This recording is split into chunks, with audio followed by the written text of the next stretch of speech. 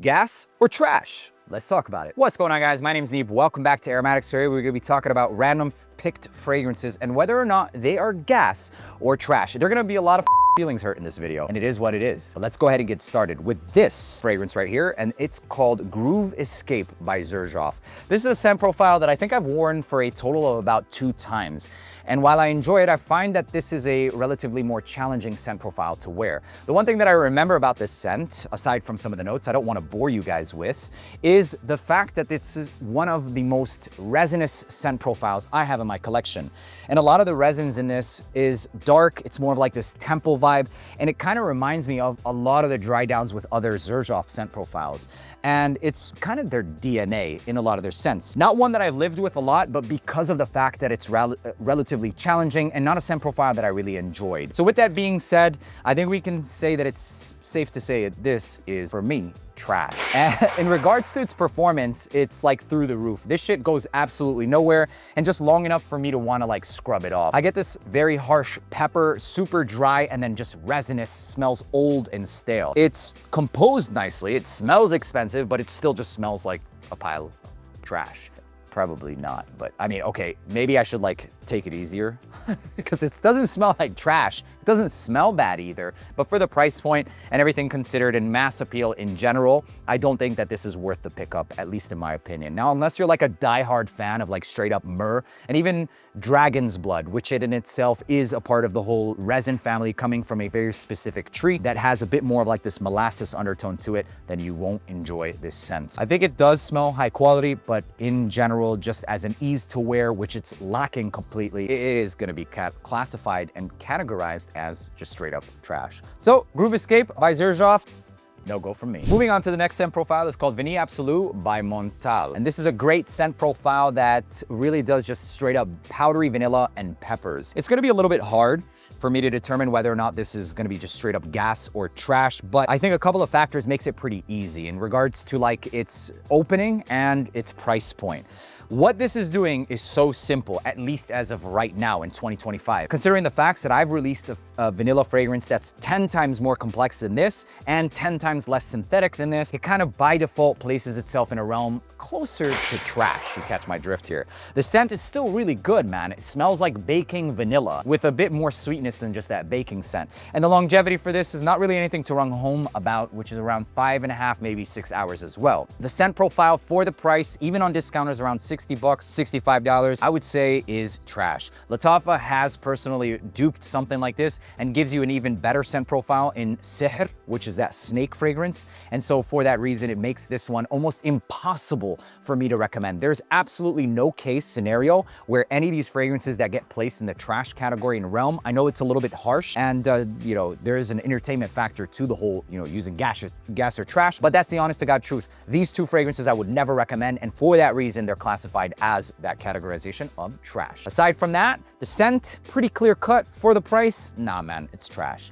Moving on to the next one, this is Paradise Garden, sorry. And this is a scent profile that takes you into like the tropics while still staying relatively mass appealing and familiar scent profile. It's very uplifting, invigorating, and also something that really uplifts my mood. Longevity for this is pretty nice, around 8 to 9, maybe even 10 hours. And a couple of brands, including Lattafa, have tried to dupe this one, but nothing quite gets that signature JPG DNA like JPG itself, obviously, because of its fixatives and certain chemical scent profiles that they use, very specific chemicals that protects their scent. This is still worthy. I personally think that this is straight up gas because of the fact that it changes my mood when I wear it. It's fresh, it's tropical, it's really easy to wear, and also you can wear it all year round. Sure, it comes with a higher price tag, but it does give you something that other fragrances don't. It's not that different, and it does have a certain level of mass appeal, but that in itself I think has in its favor for it. So that's it, Paradise Garden. I think this is straight up gas, and yeah. Let me know what you think.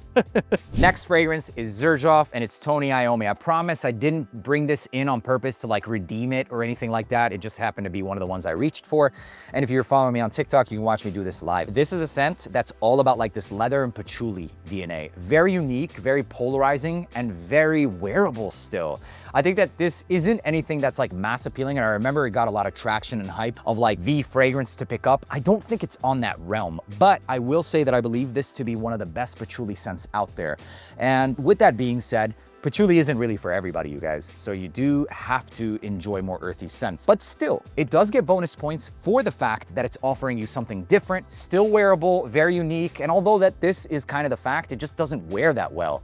This, having a lot of those niche aspects, justifying some of those price, you know, the increased price, I should say, and the longevity for this is damn near all day. I would say that this is gas. It's not going to be for everybody, but it is absolutely worth every freaking penny. It's still one of the most unique patchouli scents, even after the fact that it's been out for probably about 2 years now. And even if anybody tries to dupe or clone it, the fact is that it has some raw or naturalistic ingredients that are just dosed up, increased in this scent profile. So Tony Iommi, gas. This stuff is gas, but you have to like patchouli. Moving on into the next scent profile, this is called Dunhill London, and I believe this is Indian sandalwood. Yes, it's called Indian sandalwood. This is one of the scents that a lot of people were telling me, yo, Dunhill is affordable, but they have a more premium line, and Indian sandalwood is one of their best ones. I'll be honest, it smells okay. It smells good, especially if you like powdery sandalwood. I love powdery sandalwood, and some of my favorite ones are unfortunately now discontinued, including Valentino Uomo, Noir Absolute, but god damn, this stuff gives me a headache because the quality of this is straight shit. Like the quality, I'm sorry you guys, like it smells good. It smells like a good sandalwood, but it's just straight up trash. The quality just headache inducing, and I feel like there are some people that either smell it or don't. It's kind of a blessing and a curse that I'm around a lot of fragrances, but it's a blessing in the sense of at least knowing a certain level of quality, and this just doesn't have it, man. Synthetic as hell, headache inducing, and I just got a headache smelling this shit. Simple as that. Longevity also, thank God, is only about 6 hours, but every hour of that 6, it's definitely there, and it'll let you know that it's there. So it's projecting, it's decent longevity, but it's just no go for me. Headache inducing, and for me, trash, but there will still be some people for this one specifically that might still find it gas. If you're one who doesn't have too many niche scents, then you're definitely gonna find this one to be, you know, borderline gas for you, and that's fine. But coming from a perspective of over 4,500 fragrances, this one, yeah, it's just trash. Next one, Pakaraban Phantom. I don't even know which one this is. This is Pakaraban Phantom Intense. And I'm telling you guys right now, these are some of the most redundant flankers of 2025 or 2024. I don't even know when the fudge these came out because so many of them came out. This one, the Elixir, the black one, it's just not it, man. The original one was one of the best ones. It has a fresh aspect, something barbershoppy, and then sweet. And I find that to be one of their best scents, honestly. A lot of people overshadow. It has a youthful factor. It has something still classic and modernized at the same time. But all of these intenses, elixirs, it was kind of like just doing the same scent over and over again, maybe increasing one of the aspects and just throwing a dart and see if it hits. But unfortunately, every single one of those darts missed. Sorry, Phantom. But this, it's just not it. It's trash. And it's not trash in the sense that it smells bad. It's trash in the sense that it's like absolutely nothing new and it's not worth the pickup. So if you're thinking of whether or not it's a gas idea to spend your money, it's absolutely not a trash ass idea. So leave that alone and just keep it moving.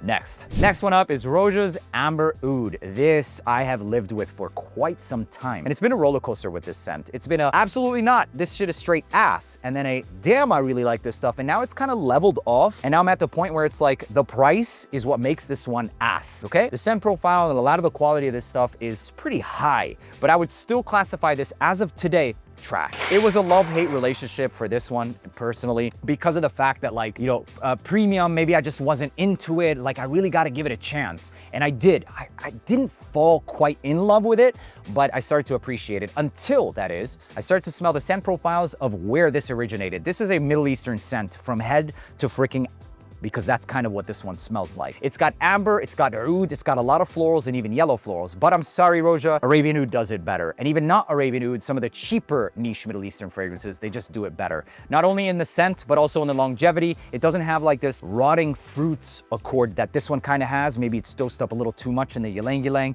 And including scents like, let me give you an example of what smells similar to this, but better in every single way. This is it right here for probably 150 bucks max. It's called the Nejd by Arabian Oud or Arabian Oud. And this has a lot of the same accords, except it really does the oud in every better way. It doesn't have nearly as much of the same style of like rotting fruits. And it's a little bit more, how can I say, tame in the animalistic accord. This one kind of has like this stank ass musk, and this one has more of like a stank ass oud. But the oud in this is a lot more tolerable, if you will. Simple as that. A lot of people will find the beauty in the rose because it does have an acidic rose, but it's not just that. It's an acidic rose. And then then it's got like this rotting style of ylang ylang, and then it's got also this animalistic, it's just too much, man. I don't think that this is like a just atrocious scent, but it's just trash. Simple as that. Let me not go any further into it. You can look at the non-present dent because I really tried to like this, man. I really tried to like it, but it's just not it. I'd wear this over it every single day. And for 450 bucks, that's where it's easily placed in the category of trash. Get this instead. Don't get that. Okay, moving on. Next one up, Dolce Gabbana Velvet Infusion. This shit right here is not getting enough love.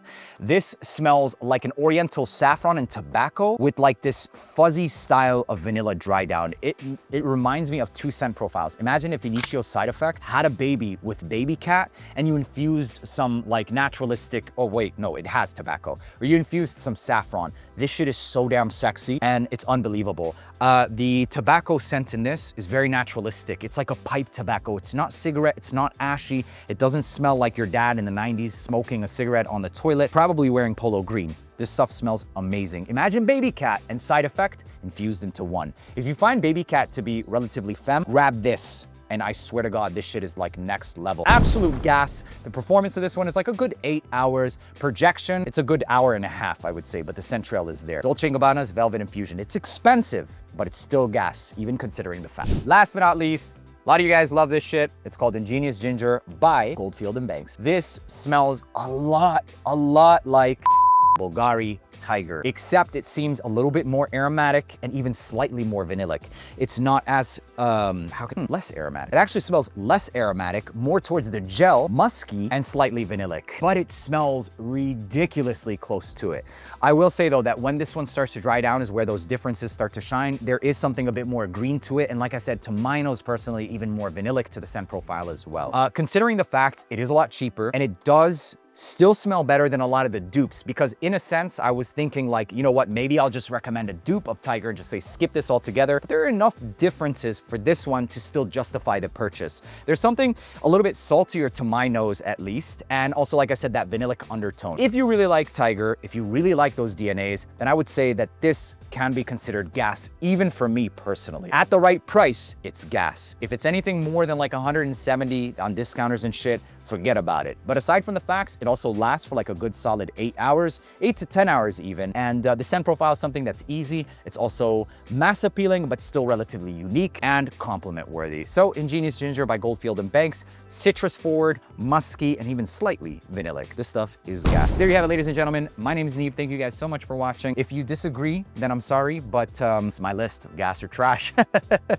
Make sure to leave a like, hit that subscribe button, check out Shop AROMATIX where you can find a lot of these scent profiles and niche and designers for affordable prices. If it's trash, it's more than likely not going to be on the website, because that's kind of like my testament to you. Gas only. And yeah, I'll see you in the next one. Peace. Let me know in the comment section what your most recent gas and trash pickup is, and I'll see you in the next one.